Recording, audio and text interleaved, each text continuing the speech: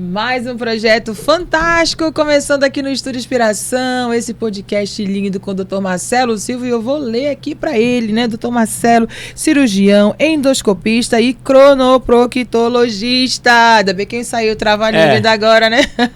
Bem-vindo, Dr. Marcelo. Obrigado. É um prazer lhe receber aqui, viu? É um prazer receber pessoas que têm uma história tão bonita e nesse momento que a gente precisa disseminar muito conhecimento, isso é fantástico, né?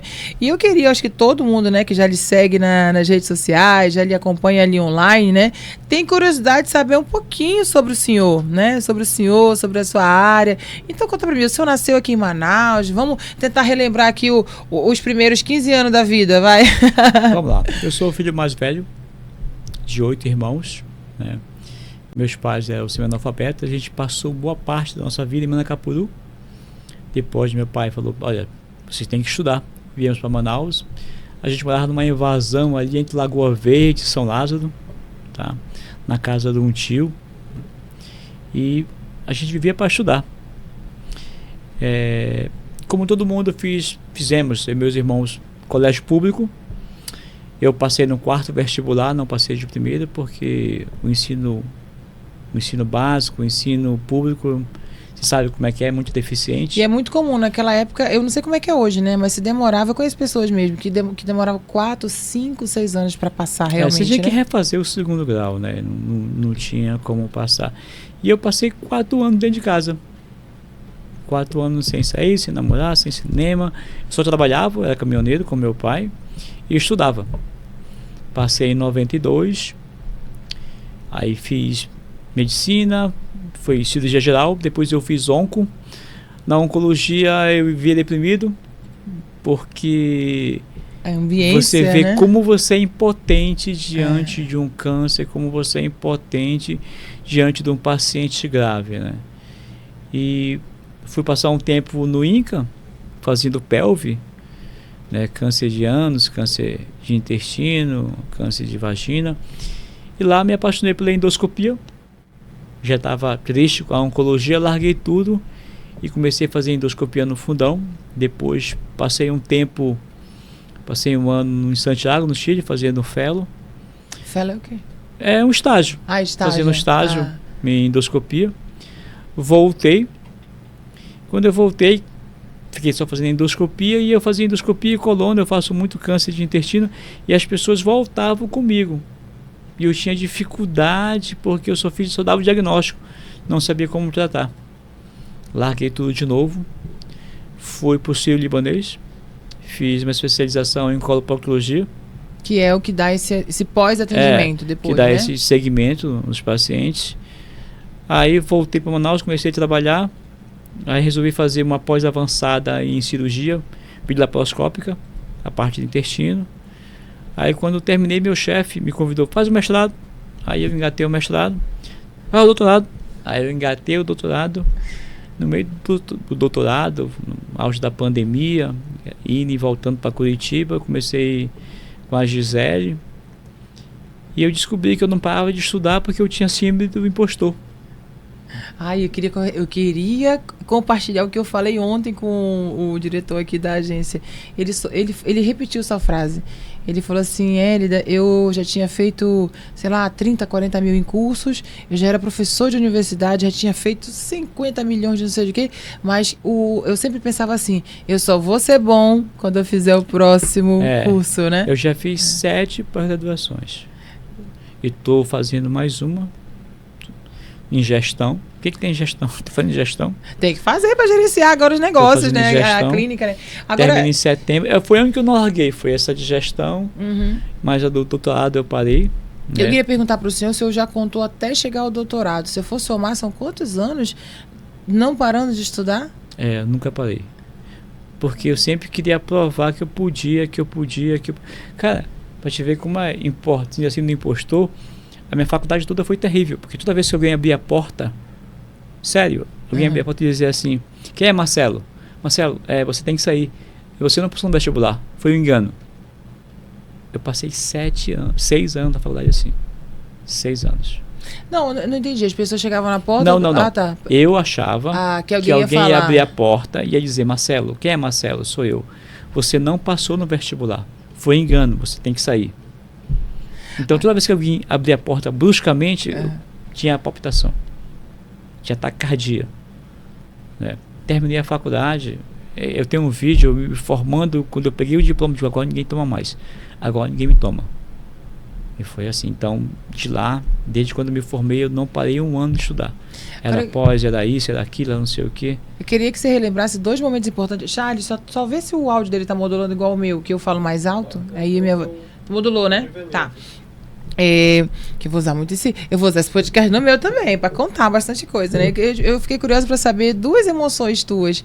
Quando você recebeu a notícia que passou no vestibular, ouviu por onde? Naquela época era rádio, como é que era? Não, foi bem interessante. Eu fui demitido. Eu era noivo. A noiva terminou comigo. Fui demitido do emprego. Tinha certeza que não tinha passado no vestibular. Peguei o dinheiro da rescisão, entrei no primeiro avião, nunca tinha saído de Manaus, mandei para o Rio de Janeiro. Cheguei no Rio, não conhecia ninguém, fiquei andando a voltar de ônibus. Aí cheguei até Belém. Quando eu cheguei em Belém, fazia mais de um mês que eu não falava com a minha família. Aí liguei, a minha irmã auxiliadora atendeu. Quando ela atendeu, oi mana, ei, tu passou no vestibular. Mas se tu não estiver aqui até amanhã, você vai perder a vaga. Eu estava na rodoviária ali de Belém. Eu gritei tanto naquela rodoviária, as pessoas acharam que eu estava com dor. Era uma loucura, assim. 4 anos esperando por isso e tudo mais. E quando eu achei que tudo estava acabado, estava desempregado, estava sem namorada, foi complicado. Com quantos anos você tinha? 24. 24, né? O ano que eu passei, 92. Rapaz, aí meu pai conseguiu comprar uma passagem de avião. Eu me mandei, né? Foi muito engraçado porque assim, eu fui lá no barco, eu vou estar de barco. Não dava tempo não. Aí o cara disse, tem que comprar uma rede, não sei o que e tal, amanhã eu volto. Aí na noite eu fui que eu ia pra mamãe. Aí me mandei, cheguei aqui em Manaus, nada disso. É porque eles separaram por área, né? Primeiro a área da saúde, biológicas, depois exato, depois humana, mas não tinha 1 mês e meio para estar aqui. Aí voltei a trabalhar com um caminhão na Do Leite. Tinha um programa chamado Do Leite aqui em Manaus, não sei se você lembra, você é muito jovem, mas entregava leite para pessoas carentes. Como é que era essa rotina de caminhoneiro que você fala? Você acordava de manhã? Eu levantava, pegava 2h30, pegava o caminhão e a minha rota era Rio do Vale, Compensa e Alvorada. Eu tinha a rota certa. Entregava o leite, voltava, deixava o caminhão ali perto do Secumis, bem em frente ao Coca 2, que é um posto de gasolina, e ia correndo para o campo universitário. Eu gostava de correr, então é bem tranquilo. Eu precisava economizar, né? Porque ganhava pouco e aquele dinheiro eu tinha que jogar lá em casa. E voltava andando, bem tranquilo, bem tranquilo. Então assim, e voltava. Essa era a tua rotina de segunda... De segunda a segunda. Segunda a segunda. Nossa. E é engraçado, eu estava relembrando, falando da síndrome do impostor, falando como a gente esquece da nossa trajetória.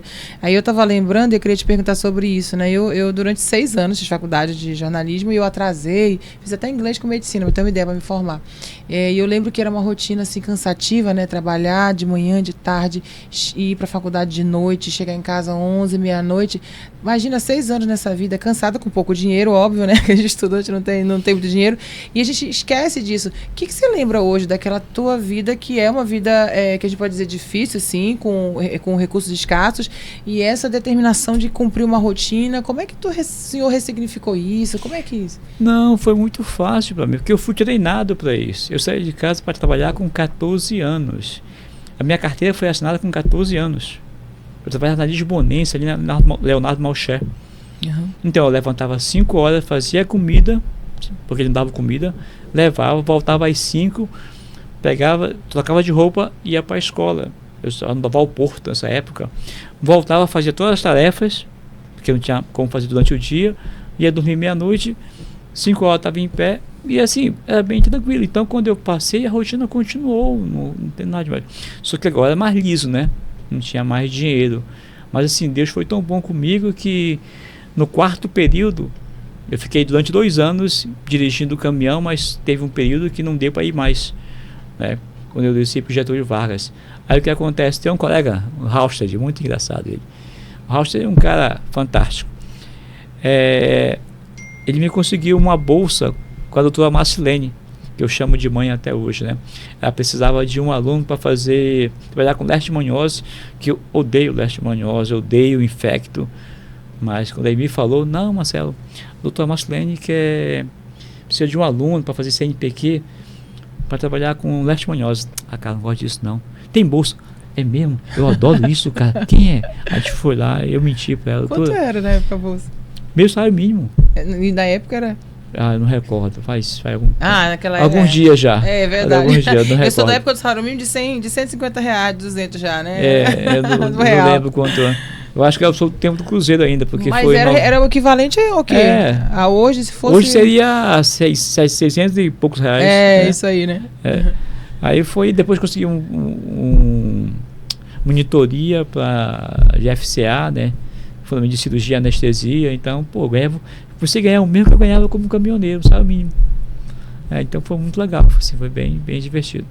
E aí você estava me contando que esse seu amigo, depois do 4º período, teve o estágio, ele contou aí com uma rede de apoio para ajudar, e você encontrou. Não, é isso mesmo? Você chegava no almoço, tipo, não tinha dinheiro para comer, se não levasse... O Halstead, o Ted, ele disse, nossa, Marcelinho, vamos almoçar?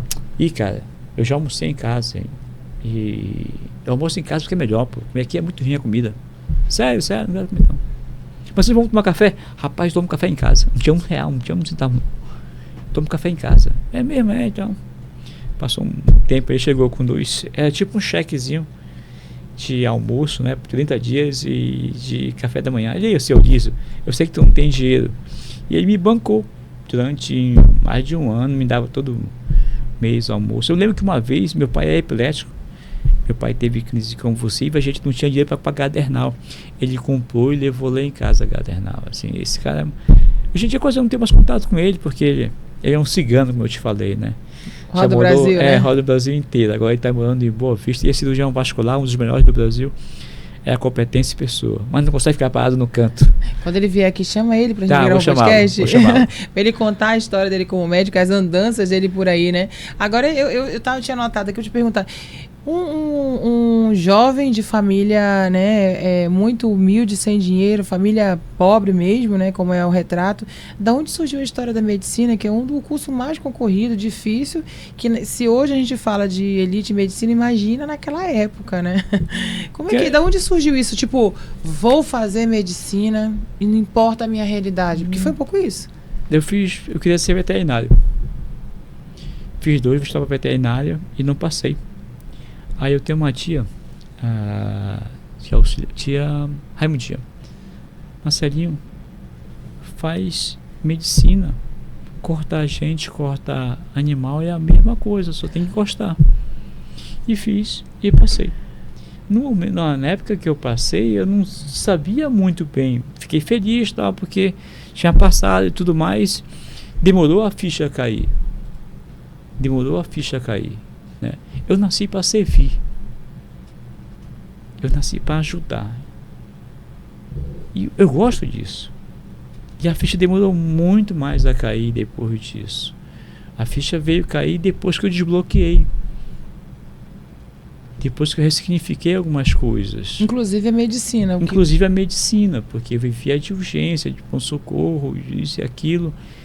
E quando meu filho chegou com 18 anos, 17 anos, parece aqui minha namorada, eu fiquei olhando para ele, caraca, esse menino cresceu, eu não vi. Meu Deus, onde que eu estava em plantão. E aí fui no psicólogo, ele desbloqueou e tudo mais, e foi quando eu acho que eu não quero isso para mim. Eu gosto de seres humanos, eu adoro seres humanos, eu gosto de seres humanos. O plantão praticamente se resume a resolver bronca e coisa... Urgência. Você não tem tempo de se envolver. Falo que o cirurgião é muito frio. Não é. chega 2, 3 facadas para você resolver, você tem que decidir quem é que você vai operar. Você opera o mais jovem porque ele tem mais chance de viver.